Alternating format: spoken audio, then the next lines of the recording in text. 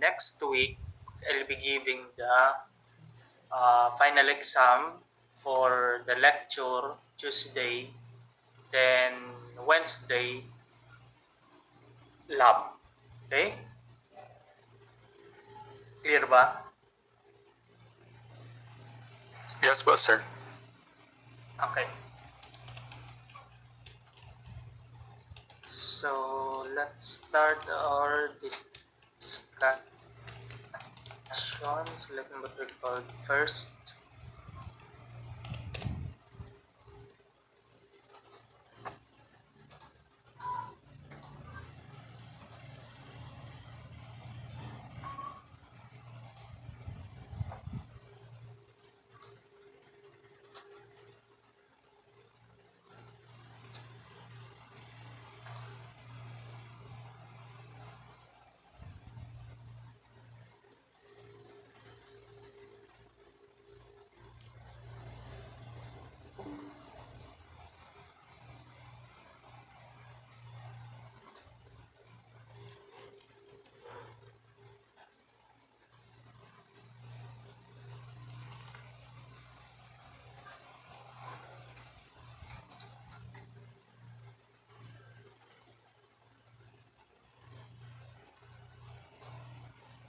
Ito po, sir.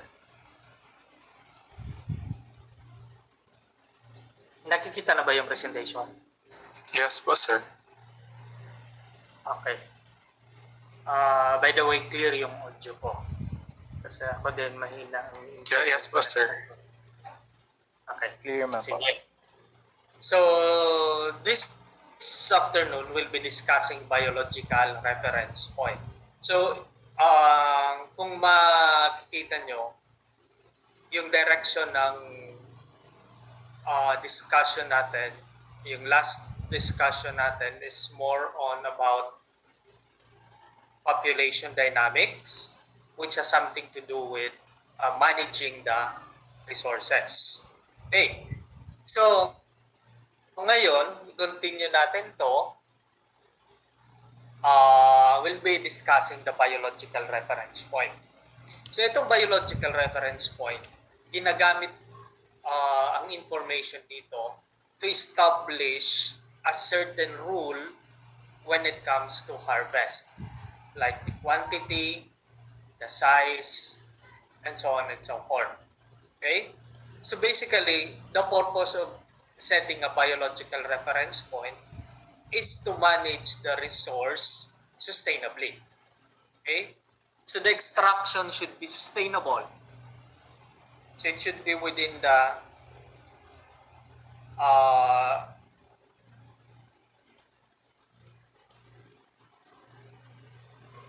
sustainable amount. Okay? So let's talk first about a fish population. So like other organism, a fish population is a biological unit referring to an individual of a species living in the same area. That's the definition of the fish population. While a fish stock is a management unit grouped by genetic relationship, geographic distribution, or movement patterns. Okay. So why assess the fish stock? So in fisheries management, determining the stock status means estimating one or more biological characteristic of the stock, such as abundance, which is the number of fish, or biomass, the weight of the fish. And you compare these estimated values to the reference values that define a desirable condition. Okay? Condition or the status. Okay? Although there are many possible reference values or benchmark to indicate the status, most fishery management plans use two biologically based indicator. Okay? Biologically based indicator. One is the stock biomass. Okay? The stock biomass, which is the weight of all fish in a stock. Okay? All fish in a stock. So a current estimate stock biomass is compared to a reference biomass values that has been defined as sufficient to produce enough young fish during the next spawning period. Ito yung pinag-usapan natin before yung recruitment. Okay? So maintaining biomass above the reference level promote sustainability.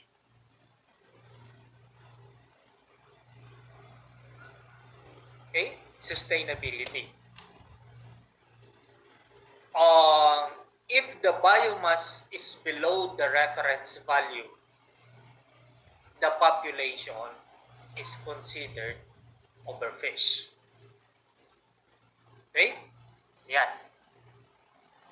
So, meron tayong reference values. And these reference values are defined as the condition wherein the resource or the fish is considered in a good condition. Okay? Yan. This is what we call the biological reference point. Okay. A biological reference point, a concrete number, a value, for example, stock size and fishing mortality. So management action are typically concerned with finding measure to stop overfishing. When overfishing occur and rebuilding stock that are considered overfish. Yun naman talagang essence ng management. Okay? You are managing the resource para hindi siya maubos. Okay? So management also strives to avoid overfishing and prevent viable stock from becoming overfish. Kung ang stock mo ay hindi pa overfish, meaning the fishing activity there is within the sustainable level. So the purpose of management is to forecast. When you forecast, you project. Okay? So forecasting is an important aspect in management, which is used to establish the future catch allowance, evaluate alternative management strategies. Kung ang management strategies na yon ay nakikitang hindi effective, meaning yung condition ay still nagde-deteriorate given the management measure na tigi-implement. Okay? So yan.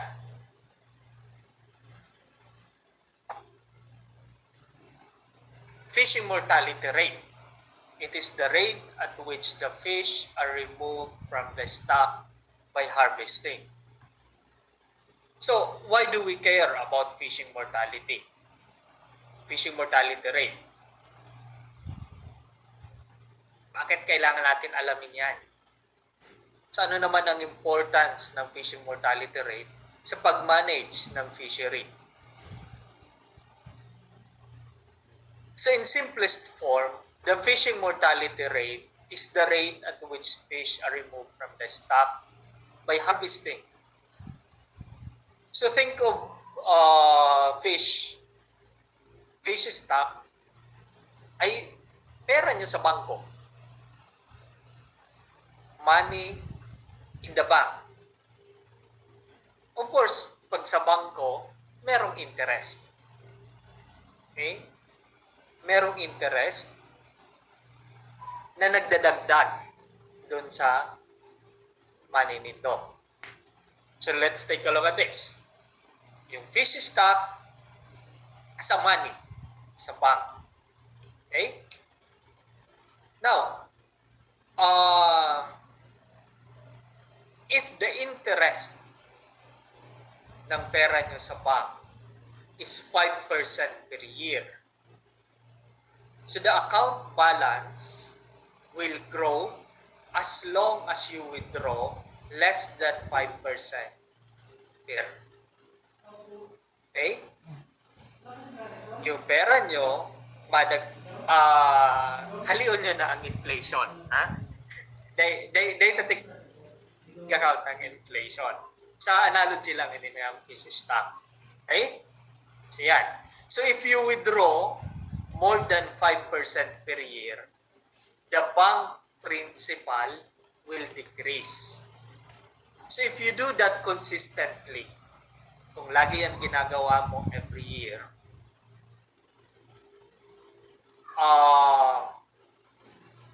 eventually, yung pera mo mauubos.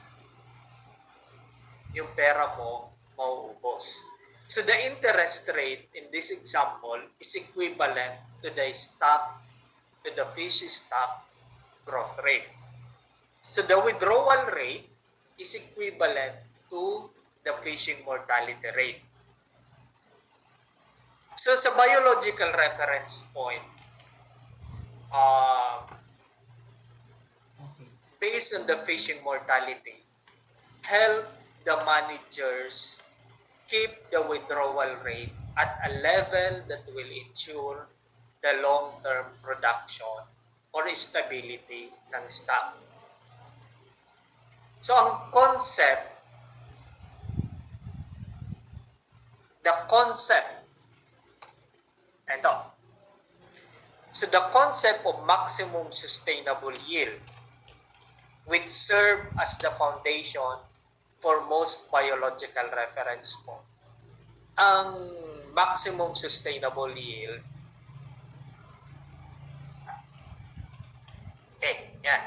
maximum sustainable yield serve as the foundation for most biological reference point. So sinasabi na ang maximum sustainable yield is typically thought as the largest average catch na pwedeng kunin from the stock under the existing environmental condition. So, yan yung sinasabi natin na maximum sustainable yield. The greatest number of fish that can be caught each year without impacting the long-term productivity of the stock. Okay? Yeah, ito na pala yung definition. The greatest number. So pag pinag-uusapan natin ang maximum sustainable yield, hindi natin maiiwasan pag-usapan ang biomass.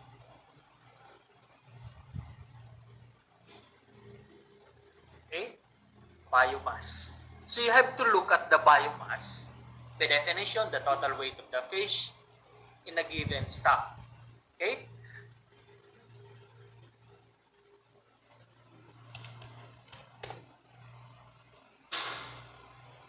So, yeah. So if you talk about the biomass, you have also to account the spawning stock biomass. Spawning stock biomass. Ilan ba dito sa biomass na to ang tinatawag natin na spawning stock biomass? Ilang percent ba? Kasi, importanteng malaman natin yung spawning stock biomass because etong biomass na to, sila yung responsible sa pagdagdag ng biomass as a result of spawning. Okay? As a result of the spawning. Spawning of the previous reproductive cycle. Okay? Now let's talk about stock recruitment relationship.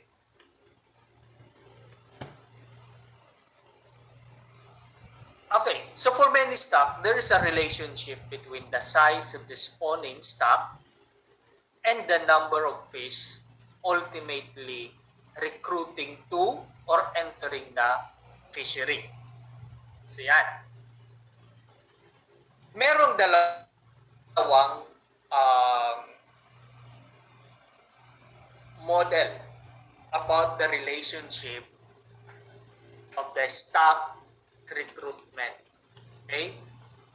Yung isa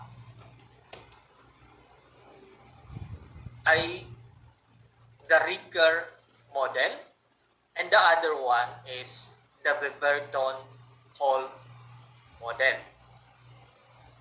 So itong dalawang model na to, so given how many adult fish are out there, how many new fish can be produced? Ito yung question relating to the stock recruitment relationship. Okay?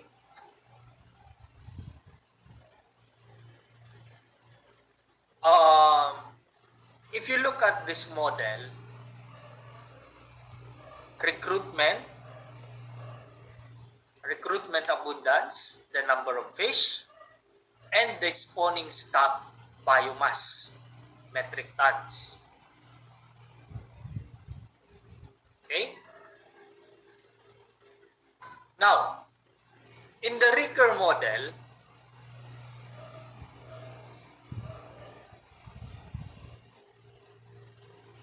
of the stock recruitment relation point, okay? At a certain point, the spawning stock biomass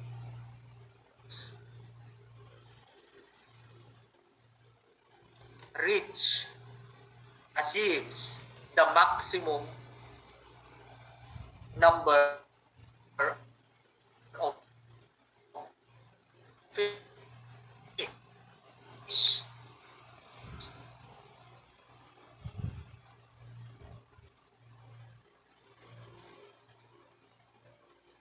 Okay? Abundance, recruitment. Yung pwede niyang maibigay, may provide sa fishery. But as the spawning biomass increases, the recruitment abundance tend to go on and hold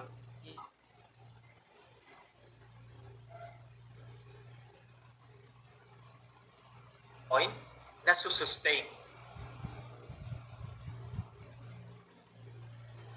Okay?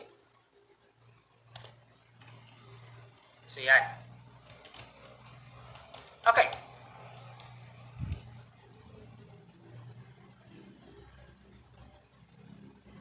The total weight of the fish in a given stock.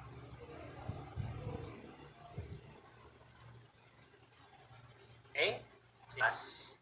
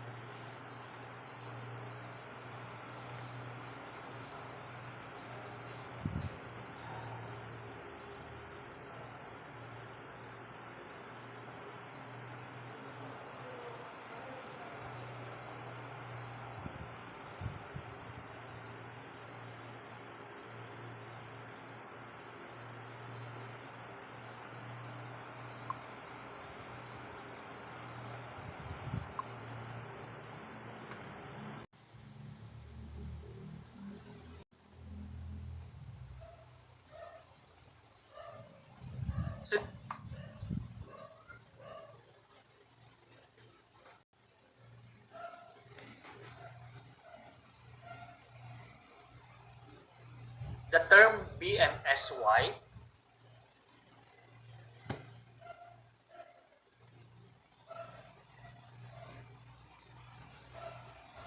is used to indicate yung size ng stock na pwedeng mag-produce mature, reproductive mature portion of the stock that will produce the maximum sustainable yield.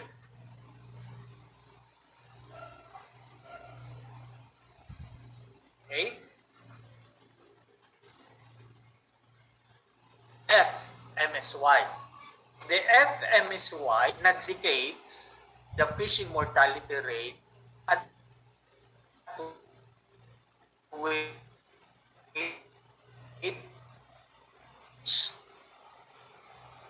the level would maintain the maximum sustainable yield.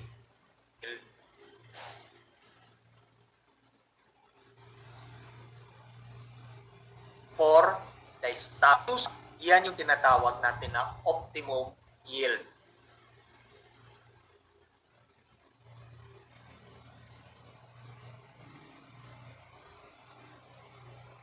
Hello po, sir. Copy ka po ata, sir.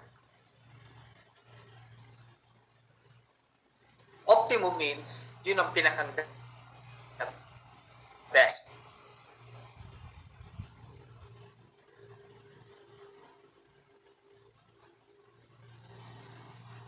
The best level.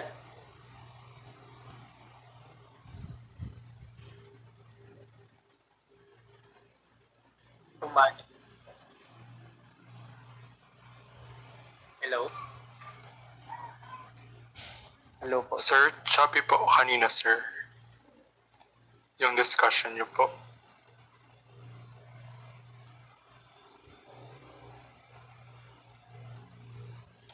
Connection to. Hello?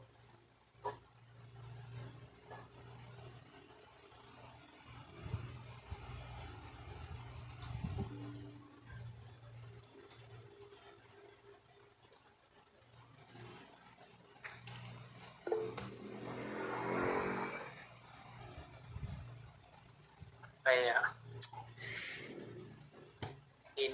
mahina kaya yung connectivity ko.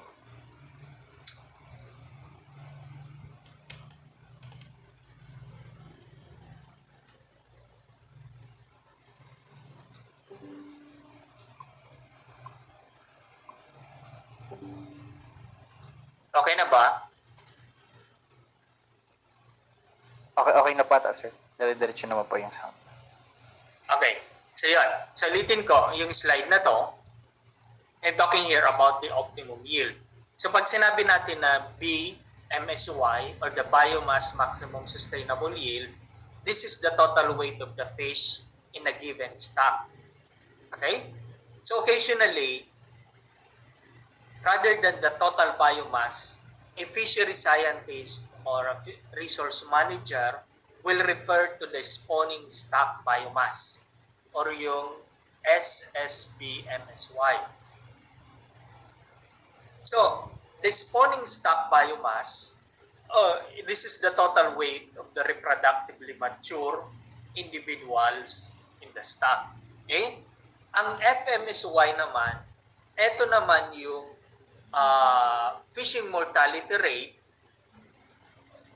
at which or at the level that would maintain the maximum sustainable yield of the BMSY or the biomass maximum sustainable yield. Okay? So, if you look at itong tatlong, ang interplay nitong tatlong to would mean if the biological reference point set by this tree ay namimit, yun ay tinatawag natin na optimum yield. Para ma-attain natin yung optimum yield or the best yield na pwede natin na makuha. Okay? Yan. So let's talk about targets versus threshold. So targets are the measures they wish to avoid. Okay? Targets and threshold. So how is target determined? So targets are determined by a combination of biological and socio-economic factors. Dito na papasok yung tinatawag natin na optimum yield. Should the population target be the biomass maximum sustainable yield, or something larger than the biomass maximum mortality rate with the fishing mortality maximum sustainable yield, or something lower? So yan pag sinasabi nating target.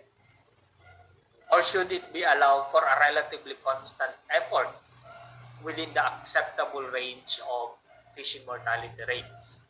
Ang fishing threshold is often defined as a specific fishing mortality rate or a stock size that is a fraction of the biomass maximum sustainable yield.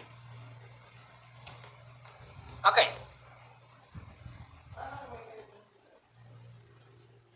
So stock assessment.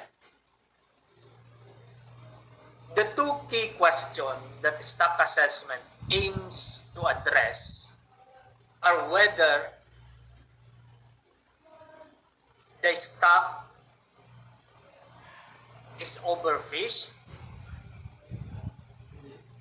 or overfishing is occurring. Although they sound similar, they are actually two distinct concepts.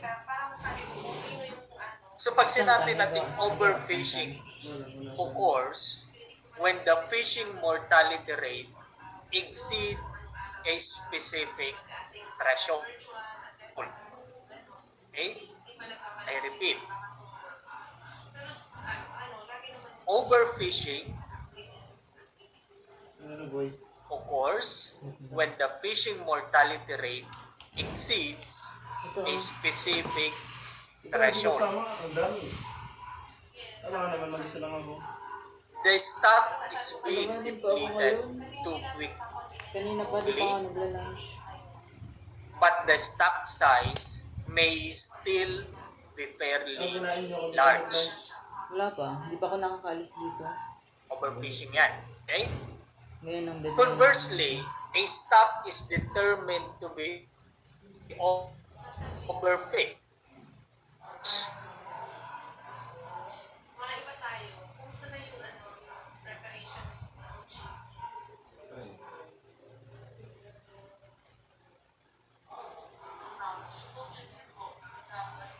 Kung ang stock size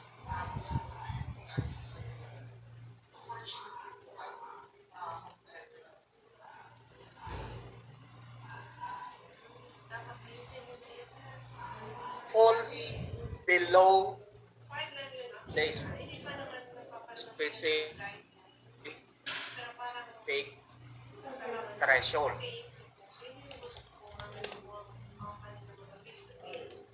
either in terms of number of individuals or biomass of the fish. For the biomass mortality threshold, the stock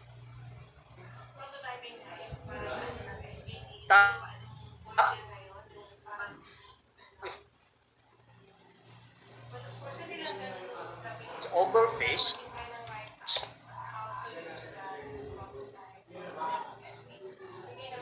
and overfishing is occurring. Okay?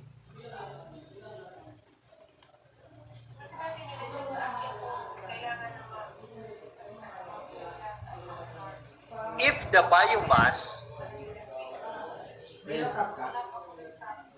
is more than the biomass Po? threshold, is the fishing is occurring.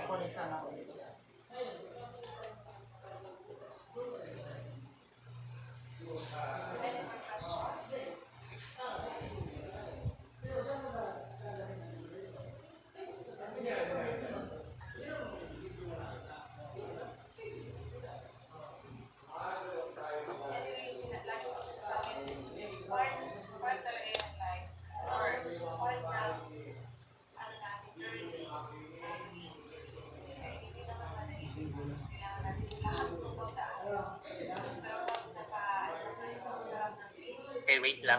Dali lang.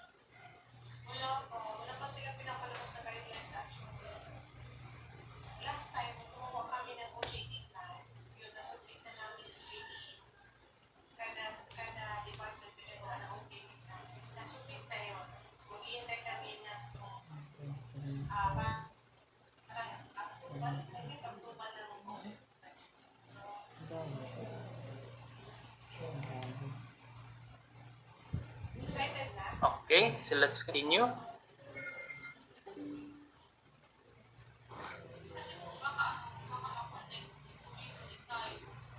Okay. So kung ang biomass,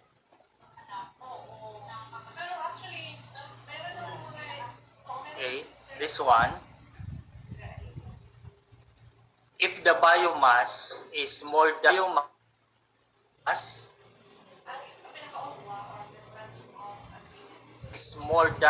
the biomass threshold, and ang fishing mortality ay more than the fishing threshold, ibig sabihin, pero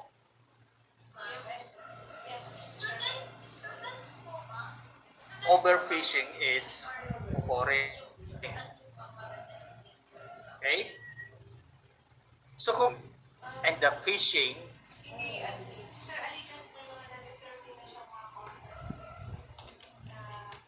is less than the fishing threshold, yung stock is already overfish, pero overfishing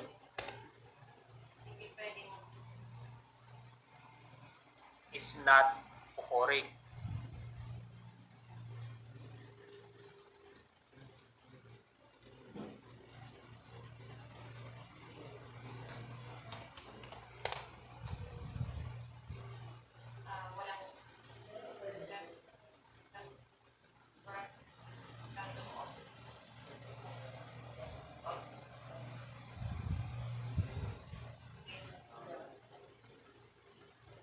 Mostly. Ito yung ng fishery manager. To ensure the stock is not overfished and the overfishing is not occurring. This is the ideal. Okay, this is the ideal. So how do we determine the threshold? So the stock size threshold is also called the minimum stock size threshold. Fishing mortality threshold, or the maximum fishing mortality threshold. So how do we calculate fishing mortality threshold?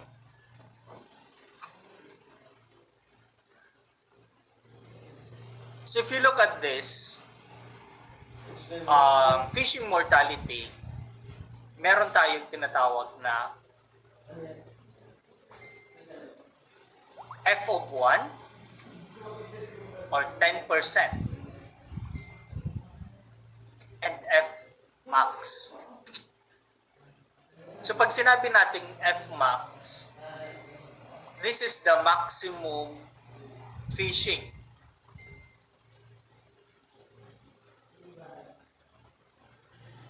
na pwedeng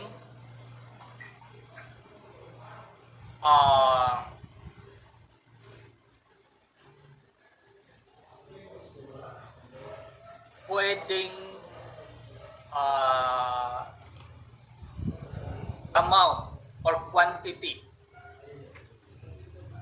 of fishing level.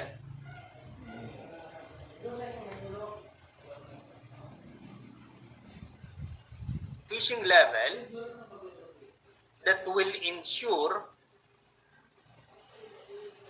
the maximum yield per recruit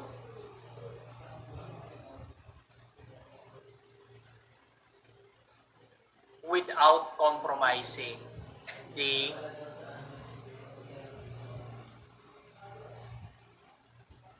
spawning stock biomass. Okay? So yan. And ito naman na F of 10, F of 0.1, this means 10%. 10% of the increase in the yield per recruit associated with SIA 10.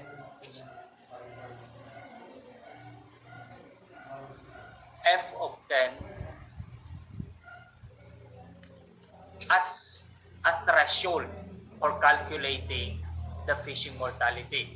Ideally, or if we talk about economics, mas maganda yung Fmax. Kasi okay, maximum yield per recruit. Pero yun nga,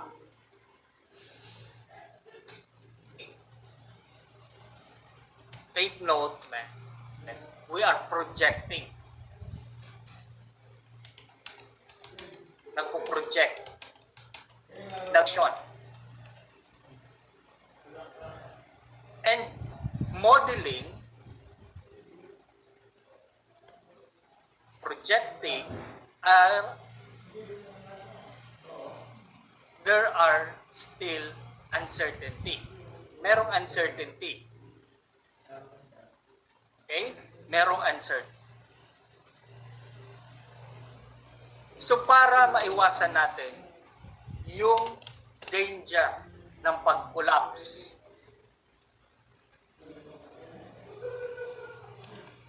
natin, itong nasa peak, increasing the fishing mortality would decrease the yield per recruit. So ang iniiwasan natin yung pagbagsak. To lessen that uncertainty or to eliminate the uncertainty, fishery scientists, fishery resource manager tend to use the F of 10 as a threshold for calculating fishing mortality. Okay? Stock assessment.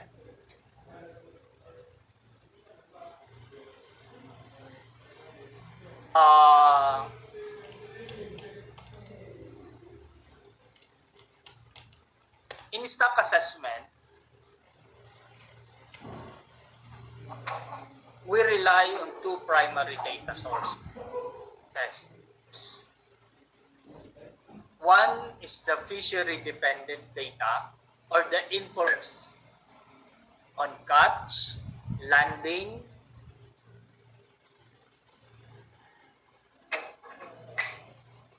effort, use both commercial and recreational fishery.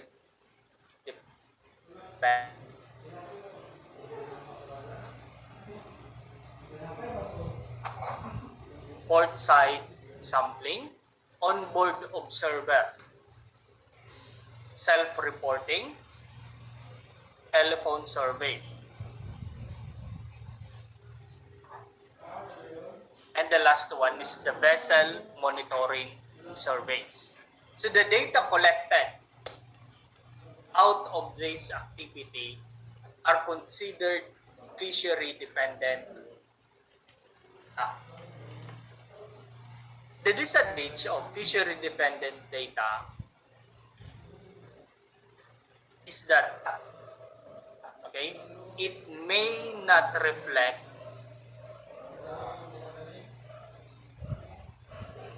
the condition. Bakit? Let's say,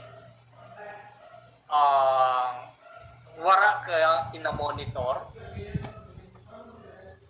nasira, na landings. Wala ka kinamonitor. In that period or time. Kasi, yung dagat, makusog. May paabot na bagyo, wala kinagsira. So wala ka kinamonitor. During those time, wala ka mo kinamonitor, it doesn't mean na wala ki fish during that time.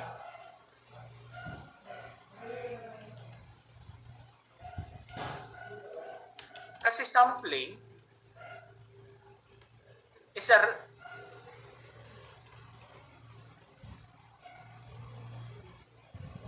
an activity to indicate the condition of the fishery.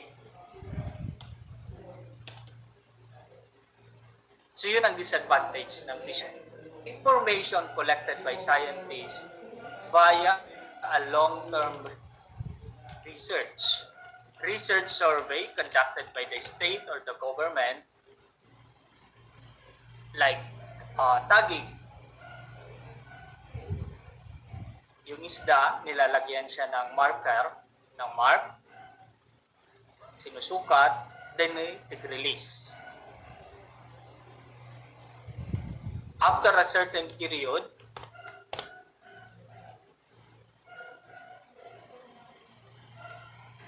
i-retrieve yung isda. This in size.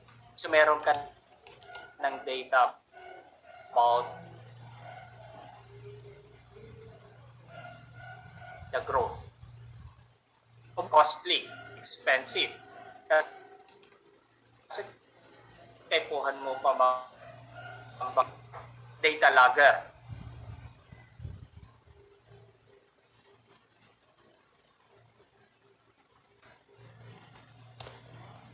Naikakag mo yan duman sa sira. Merong satellite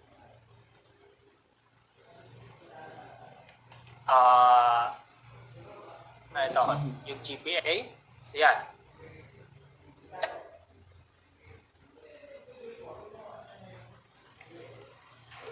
Ito, Mark and Capture Survey. Yun na yung pag-explain ko kanina. And the last one is the test fishing. Certain fishing gear, then you measure the catch per unit of effort.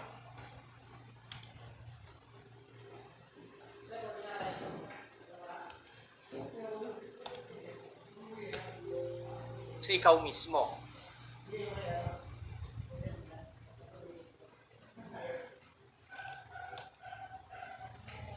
yung fishery scientist,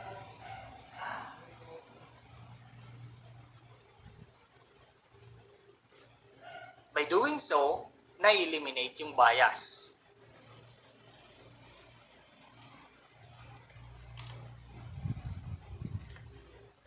Okay? So,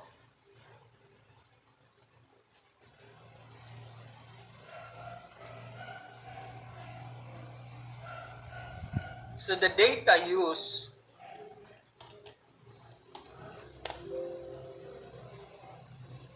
in stock assessment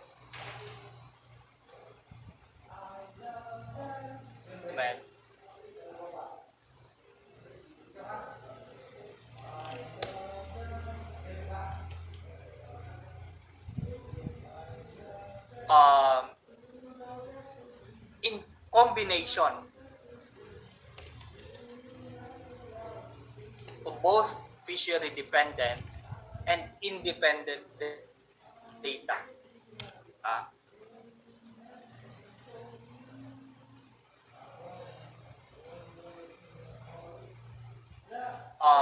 So yan.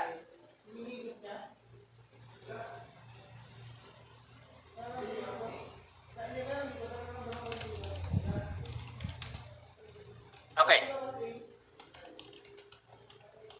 So that's the end for the discussion. Book.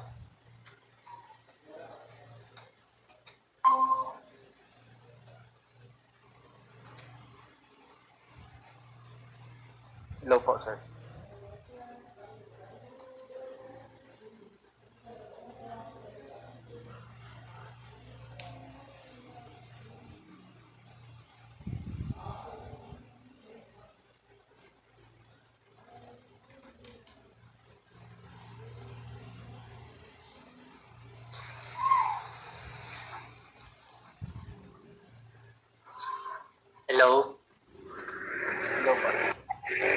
Okay.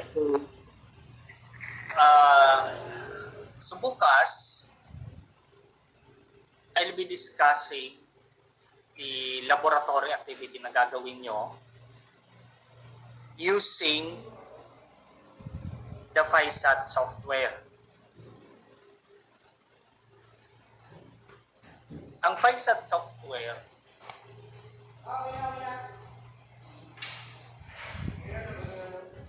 the FISAT software is it's a freeware na ginagamit to generate biological reference point in the field of fishery. So bukas, tuturuan ko kayo giving an example sa mga data na meron ako. Then you come, then I'll give you another set of data. Then you generate the biological reference point using the data that I gave you. Then you come up with a report discussing ano bang ibig sabihin ng mga values na yon. Ano bang ibig sabihin ng condition ng resource. Okay? Bukas i-discuss ko sa inyo yung software. Pwede na kayong mag-download. It's a freeware. Sa YouTube, meron ata na tutorial. Pwede nyong tingnan. Ito yung software. Pakita ko sa inyo.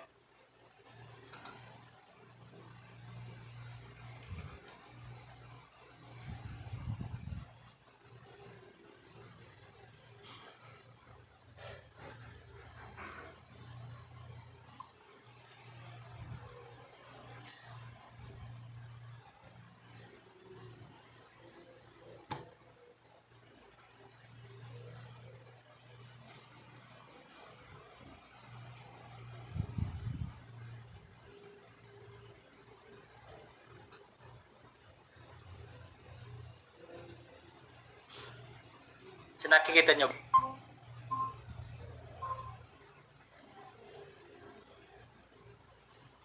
Yes, Pastor.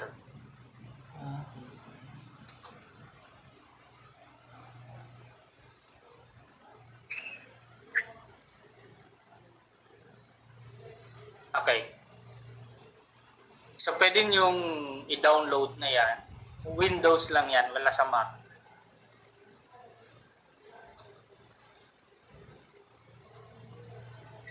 So yan. Etong software na to, ginagamit ito para mag-generate ng growth rate, recruitment analysis,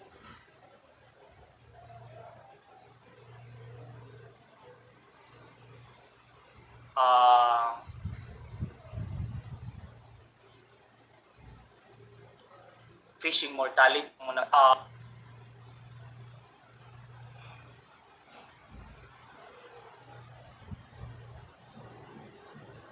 the stock.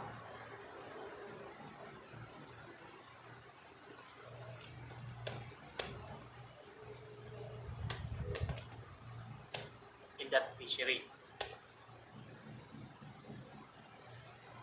So bukas, tuturo ko yan sa inyo.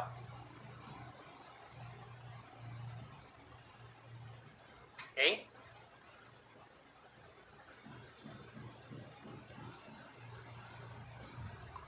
So pwede nyo lang i-download to and you can look at it.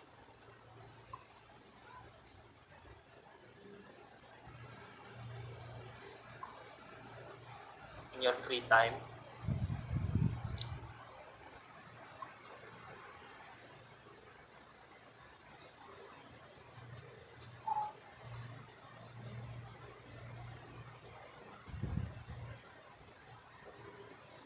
Okay, may tanong ba?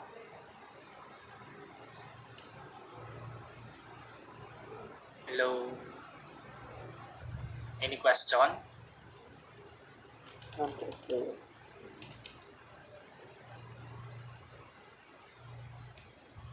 Okay.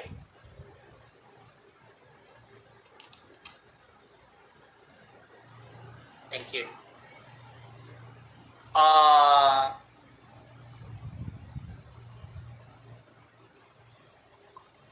for the lab exam,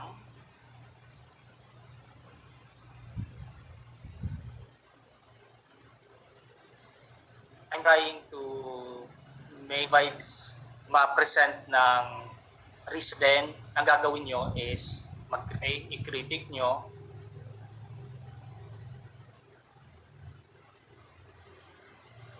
kung ano ang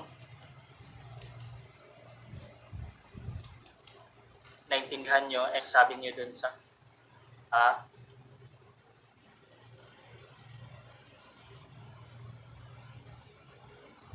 presentation.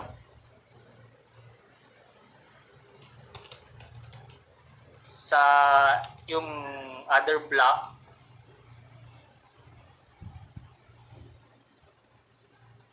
yung block C, ganun yung ginawa ko.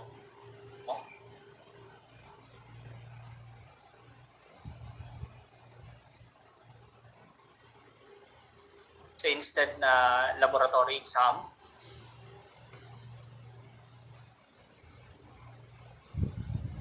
so gumawa kami ng webinar. Nag-invite ako ng researcher.